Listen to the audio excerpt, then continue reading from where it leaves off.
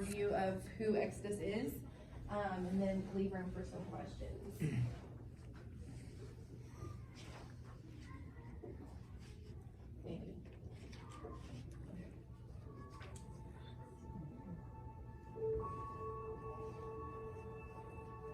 My name is Erin Dunning. I live here with my two little boys, Grayson and Noah. They're 7 and 4. Well, my childhood was, I'd say, pretty good. I did grow up with 2 alcoholic parents, but so there was some chaos and dysfunction, but I wasn't abused. I was always loved and taken care of. I think the turning point for me, in my mind, was in 8th grade. Up until that point, I had like one very, very close friend. She and I were inseparable. In 8th grade, I was put in a group of classes with a bunch of kids that I did not know, and even experienced a little bit of bullying.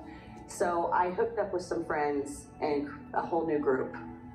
Shortly after that, I met my oldest daughter's dad, who was 3 years older than me, started doing drugs, got pregnant with her. He was very abusive to me in every way you can imagine.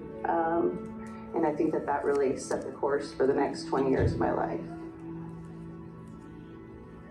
Those events led me to having my first child before I even turned 16. Shortly after that, I got really heavy into cocaine. And my life was very rocky from that point on. It didn't really get completely bad until I was about 20, and then things just went from bad to worse. When I was 20 years old, I was introduced to methamphetamines, and from the first time I ever tried it, it was like, that was it. That's what I had been looking for my whole life. It made me feel capable and invincible and like I was super mom, and within a year's time, I lost everything that I had. Both of my daughters, my home, my car, my real estate license, and my dignity and hope.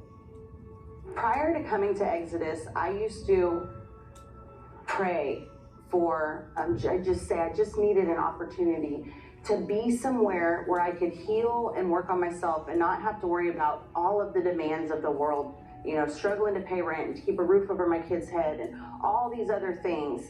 If I could just focus on getting well and healing, then I would be okay. And that's what Exodus has offered me.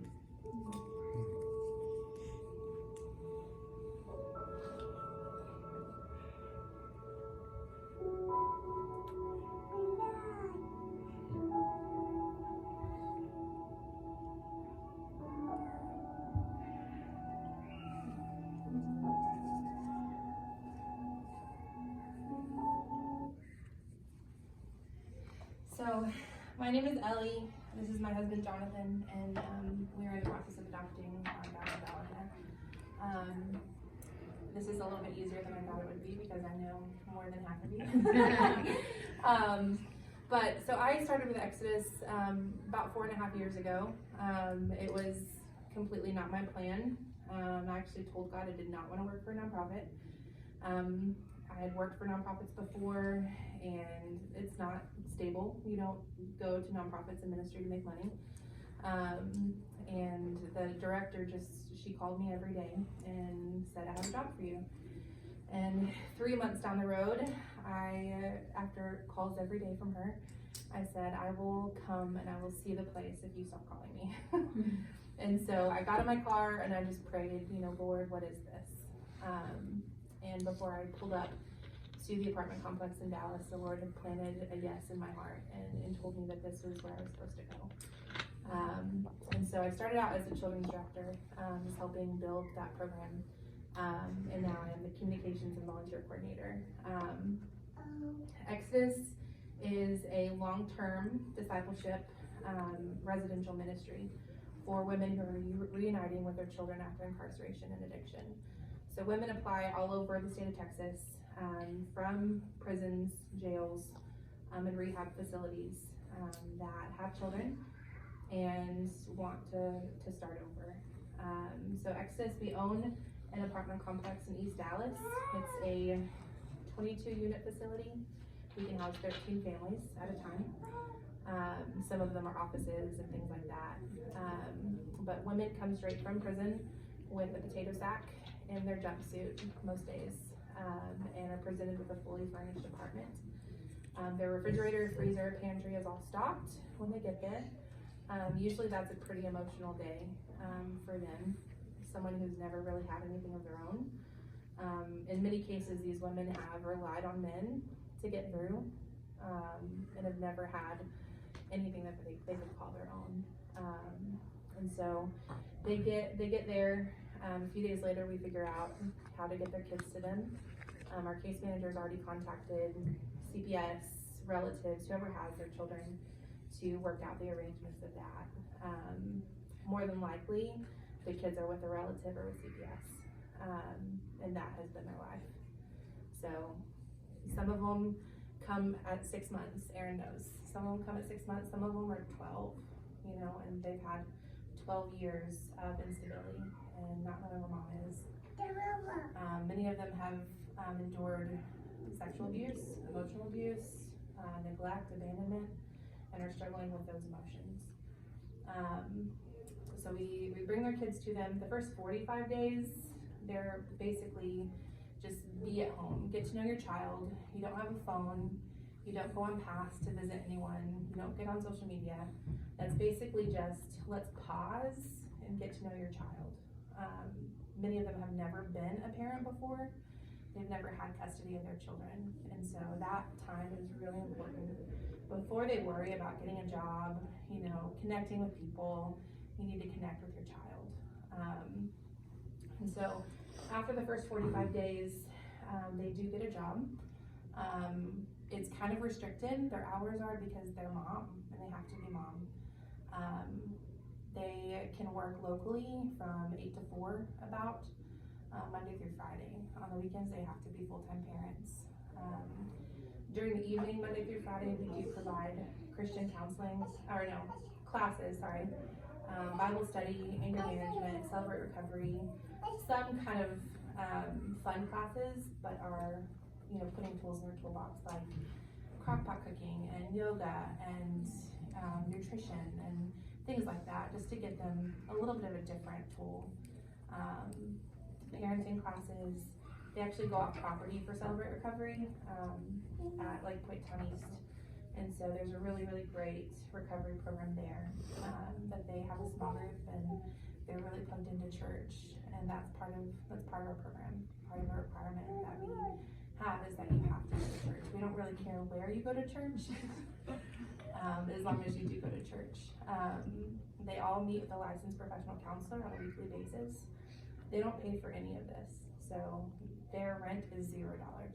They pay $25 a week for utilities once they have it. So they're not coming to the apartment automatically expecting, okay, I'm gonna have to start paying rent. We let them get on their feet, and then at that point they pay $25 a week once they have $500 in their account. So it's a year-long program. They do all of our classes for a year, Christian counseling for a year. Their kids are in our children's ministry, which Aaron comes every other Friday. It changes. And just plays with our kids. Many of them don't understand stability, and to have someone that they know is coming every Friday, every other Friday, like that is life-changing for them. To be able to count on someone, and they've never had the ability to. I don't know if y'all are familiar with the ACE study, Adverse Childhood Experiences. It's basically trauma. Bridget, yeah. The ACE study basically compiles a list of different kinds of trauma. So trauma can be your parents separating, parental incarceration, addiction, things like that.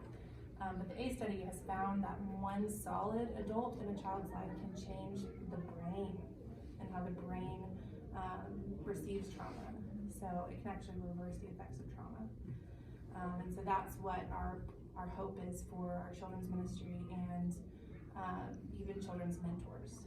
So we also set all of our moms up with a mentor, and that is just someone to help them navigate life, someone to do a Bible study with them, someone they can call when they don't feel like they can parent, because that is a common cry for moms that have done a life of not having to be a parent, and then all of a sudden they have all three of their kids, and they're trying to start over, and it's overwhelming, and they don't know the first thing about a fever or how much Tylenol to give, and so to have someone they can call at 11 o'clock at night and say, my child has a fever, what do I do? Or I'm struggling with this person, what do I do? So with their job, they actually turn in all of their paychecks to the office. We put them into an account with their name on it. That's just to give them accountability on their spending. So we know where their money's going, they know where their money's going. And at the end of the year, our hope is that they would have a savings account of at least $2,500. Some of them have more, some of them have less. We've had some leave with $10,000 in their account, and that's a great foundation for them to leave with. And so when they graduate, they actually get to keep everything in their apartment, all of the furniture, all the linens, everything is theirs, and that makes the transition out so much easier. When they graduate, we throw a graduation ceremony for them. They get to invite their healthy friends and family. We don't say, yeah, you invite your toxic friends, that's fine. Invite your healthy friends and family, just to celebrate what you've done. You have started over, and they get to tell all of their friends and family what this year has been for them. Erin is actually one of our more recent graduates, and she has decided to go back to school. So that's pretty common for a lot of our moms. They get to graduation and they decide, you know what, I can't provide for my family on $8.25 an hour. I need to go back and get an education. And so we partner them with different nonprofits that help with housing for moms that want to go back to school. Buckner Family Pathways is one that's huge, and they provide townhomes and a program that allows single moms to go back to school and get their education. We also write them a check for everything in their account, and that just helps them to go forward with school. So the national recidivism rate, are you familiar with that term? It's basically the rate in which ex-offenders return. In Texas, it's 75% return within 3 years. For those that have even come through Exodus, even for 6 months, in our head, success is a year, that's graduation. But even for those that come for 6 weeks or 6 months, that recidivism rate is down to less than 4% return. And for our graduates, it's 0%. None of our graduates have returned to prison, which is a staggering number. And that just shows us that what they need is for somebody to show them how to be a parent, how to be a productive member of society, and just how to love their babies well.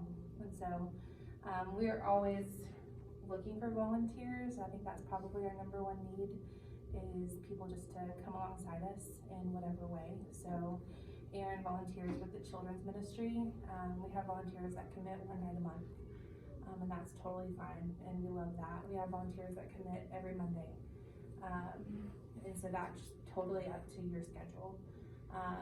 We also have mentors. We're always in need of them, just to walk through life with our moms. We have a capacity for 13 moms at one time, and so we're always needing mentors.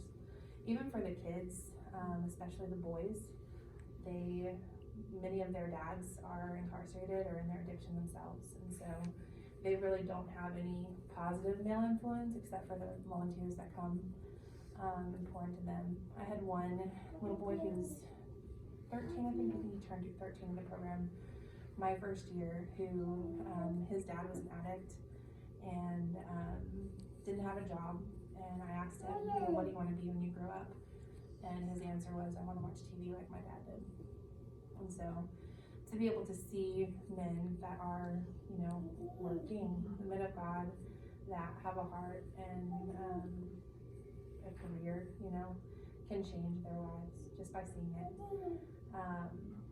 So we have those opportunities. In Christmas, we have Adopt a Family, which we're currently looking for families to adopt families for Christmas. And basically that's just a couple of gifts per family member. A stocking, I think something warm to wear, and you'll all come on one Sunday in December and be able to bring dinner to the family and sit with them, pray with them, get to know their story. You guys could probably speak on that a little bit better. But that's just a really sweet time, just to be equal, you know, for them to know that no one's better than they are, you know, and that their story is heard. So there's a ton of opportunities, and we're even open to new opportunities if you guys have a heart for something, even teaching something. If you have a heart for crocheting, you know, let us know, or scrapbooking, let us know. But that's basically who we are. And if y'all have any questions. Are you familiar with Care Center Ministries at all? Christian Care Centers? No, it's just a very similar ministry to what you're doing. We were involved with for a long time, but it's have a men's home, similar structure. What's, just some questions as you were talking, what's the success rate? In other words, how many of the folks make it through the year versus how many come in? I don't actually know that. Honestly, more don't than do. Yeah. I would say. There was a saying at Care Center, which is a good thing. Yeah. Because you want rigorous to, if Right. they're gonna get out. It's a hard program. Yeah. So tell me a little bit about the discipline. What happens if they don't follow? Yeah. You know, they come there, they think they want to be part of it. Mhm. Again, this Care Center, we were very involved, and it was, Yeah. success rate outside was, but like you said, that's why you have 0% return, Right. because it's Right, rigorous. budgets. What does that look like? So we are grace-based. It's not a one mess up and you're out. We do want to, you know, rattle like Jesus in that, okay, you messed up, let's figure it out. But I would say my first year, I couldn't tell a lie from the truth in a lot of them. Like many of them, their survival was based on lies, and I have to be this way to survive. After my third year, I think I was like, okay, I can tell now, you know, the Lord has built discernment in me that I know that you're lying. Right. And so a lot of it is trust but verify. And if sometimes we've even gone so far as to follow them. If they say they're going somewhere and we have a gut feeling they're not, we will go get in our car and go. Yeah, it's hard on you on the success rate. For sure. You get some great ones, but we saw this with the homeless ministry and with Care Center. It's tough because you're dealing with. But usually it's a conversation. You know, we want this for you, but we can't want it for you, if that makes sense. What are the so that's where I was going with this. What is the qualification? How do you screen your people to know who wants in? Yeah. So for the ones in prison, it's a little bit harder because we really can't go and interview them. For the ones in rehab, we can actually go and interview them. We have a pretty lengthy application that goes through, you know, we have certain things that we're looking for. Like, are you going to be honest about this thing? Are you going to take ownership for your failings? You know, we look for just that they have a relationship with Jesus Christ or they're interested in one. You don't have to already be in love and on fire for the Lord. There has to be a curiosity or something. We don't take violent offenses. Depending on the story, there are some that we do, but if it's especially violent offenses towards a child, we don't. Sexual offenses towards a child, we don't. But basically anything else. Most of it is theft and possession related, trafficking related. Most of them have been trafficked at some point, have been a prostitute at some point in their life. And so again, it's grace-based, but it's a conversation. Do you want this? If not, then you don't need to be here. And like, we're not mad at you, but let's open up a spot for someone that wants to be here. So you hit on a little bit, but people graduate or they just leave early, and they take everything in the room. And how much help do you guys have to give for that transition? Other than just simply saying, here's all your stuff.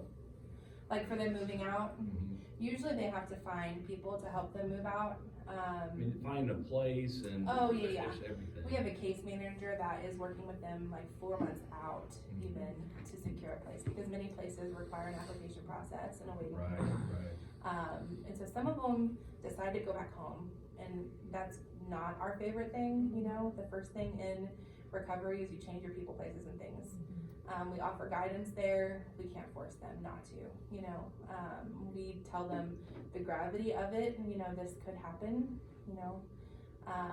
But we walk through all of that with them. We take them to the appointments, the interviews, that kind of thing, and make sure that they have proper housing afterwards. We don't kick them out when they graduate. It's not like, okay, well, we're done now, bye. We want to make sure that they're successful. So if that takes 3 months more than graduation, we walk that out with them. So I have a question. So when the ladies actually get a job, where are their kids if they're not school age? Yeah, so the government actually has a program called CCMS, and that is child care assistance. So once they get to our program, usually that next day they're applying for CCMS, and that covers child care for them. Okay. Sometimes there's a waiting period there, and so obviously we don't make them get a job until they have child care confirmed. But there's a few places that are local that their kids go to. Okay. One is Vogel Alcove, and it's actually amazing. That's where Dahlia goes still. And they're state-of-the-art, kind of Montessori style of learning and government run. Okay. So Dahlia, her mom actually was a graduate of the program. I lived on property as the resident manager before I got married to this stud. And I was actually there when Dahlia was born. I was in the hospital when she was born, and got to spend that whole first year with her as her mom got better, and just really got to know them well. I was actually her mom's case manager during that year, and we walked through a lot together. And she graduated. She was one that we never had any issues with. She never broke a rule. You know, everything she did right. She graduated the program. We helped her get into a sober living environment, and 3 weeks later she relapsed. I walked into a prayer meeting with a gut feeling that I was going to get a 1-year-old. Didn't know she had relapsed, nothing, and told the people in the prayer meeting, I have a feeling. I don't know where it's coming from, but I have a feeling I'm going to get a call. And before I left that prayer meeting, I got a call from her mom, and she said that she had relapsed, and it was a 17-year addiction. So she really needed long-term inpatient, probably. And she asked if I would take her, and so that's one of those questions where you don't even hesitate. Of course, yes, we will smush a crib into my 1-bedroom apartment at that time, and we will figure it out. So those are the ones that we mourn over for sure. The ones that we walked through for a year. We mourn all of them, but the ones that we know wanted it, you know. And this experience actually taught me a lot more about the power of addiction. I've never tried a drug in my life, you know. So that's not something I know. And knowing her mom and knowing the struggle that she had every day to remain sober, and now she's heavy back into her addiction, it's a beast. So, anything else? Her mom's a sweet lady. We got to spend time with her when she was in the program. So. 6 kids. This is her 6th.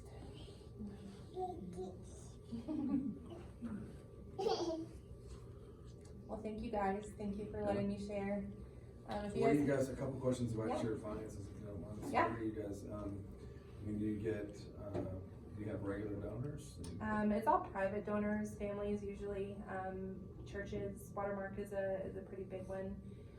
It's not, we get no government assistance because we want to be able to say you have to go to church. And you have to go to Bible study, and you have to go to sober recovery. So it's all churches and private donors. Clay, it's pretty amazing. We've been involved off and on with them just as volunteers, and they do everything. So like the apartments she talks about, so they send out notices saying, hey, we've got 3 or 4 vacant apartments right now, and we've got ladies that are coming through the application process. You know, if somebody wants to sponsor furnishing an apartment. So our community group did that, I guess 2 years ago, year and a half ago. It's an amazing experience. Just, you know, you go in and you fix it up, you paint it, you bring in furniture, you help do all that stuff, and then also like adopting the families for Christmas. It's just, you go and actually spend time with the mom and her kids in their apartment with the gifts and just celebrate the holiday with them. It's No, just, I think it's cool to hear about. just I mean, amazing. It's been years since we were involved with the men's group. My kids need to see it, but how do you have information about how to give or how to? Yeah, I don't have a card on me, but my email address is Leeli I at can, exodusministries.org. Yeah, Okay. we got it. yeah. Just email me. The children's ministry, you bring your kids. We think it's important that the kids know, and the kids, are watching you as you minister to others, and they're ministering to you. So that's totally family friendly. I think something like this, and when we did the event stuff, I think it's twofold. I think one, the kids get to see what it's like to help, and the Bible's very clear about helping those who are needy. But the other thing about something like this is, it's powerful to help the kids see one or two bad decisions Totally. can spiral and control, get you in a bad place. That certain choices you don't ever want to make, and they need to see that. And a lot of people, I would say, incarceration is kind of a taboo subject. People don't really want to help the women that have spent, 5 years in prison or have committed theft or whatever. They want to help the kids, and if you really look at that, they were those kids. They were children of incarcerated parents. They've experienced trauma themselves, not to diminish their own fault in it, but trauma plays such a huge role in their life trajectory. And so our hope is that giving their moms just a firm foundation actually changes the trajectory of the kids' lives as well, so they don't go into the system, they don't follow in their mom's footsteps. Now, you talked about recidivism, but the same probability is for the kids, right? So, Yeah. So we didn't hear it on the female side, but when Bridget and I got involved in this other deal, it was if your dad was in prison, there's a 73% chance you won't be. Yeah. Right? And just a crazy number. I think there's another video that I did that I researched statistics, and children of ex-offender mothers are 7 times more likely to be offenders themselves. So what got you into this? I mean, what's your background as far The as Lord. counseling? The Lord. Yeah. No other reason. It was completely the Lord saying, "This is where I have you." I don't have You any have a counseling background. or? I don't. Unless you dealt with our kids. Well, that'll do. I know, right? Without your geez, No, honestly, the Lord and the Kings, and you guys know this, that the Lord really had me on a really weird path, I felt like, of just different ministries and opportunities, with refugees, with sex trafficking victims, with, you name it, that the Lord had me through just a winding road of ministries, since I was 16, 17. I never wanted prison ministry. That was never, ever where my heart was. That kind of scared me, honestly. And so when this opportunity came up, I was like, there's no way. There's no way God wants me here. Like, never done a drug in my life. I've never been to prison. I don't even want to go to prison, and now I've been to prison. That's why I asked, because when we were for I guess it's probably what we said, about 5, 6 years. No, like for a period of time, we had a couple of guys who were very heavily involved in a homeless ministry, and that was, if you'd have asked me before, it's like, Yeah. I can't stand homeless people. That's the last person I want to know. Yeah. And I was like, I despise it. But then God has a way of saying, like, well, no, that's what you're gonna do. You're like, And all right. it changes your perspective when you're walking with them and hearing their stories and, just realizing that this just didn't come from nowhere, that there is a root here. And only the Lord can heal it, so. Yeah, it's the same though. And it is It amazing takes a that, process to learn how to figure out the lies. It does. and it's amazing that these kids are put back, like, I have 2 kids that have come from incarcerated parents. And they're back with, like, the incarcerated parents. So I'm like, hello, Yeah, it started just somewhere. saying, Yeah, and, for sure.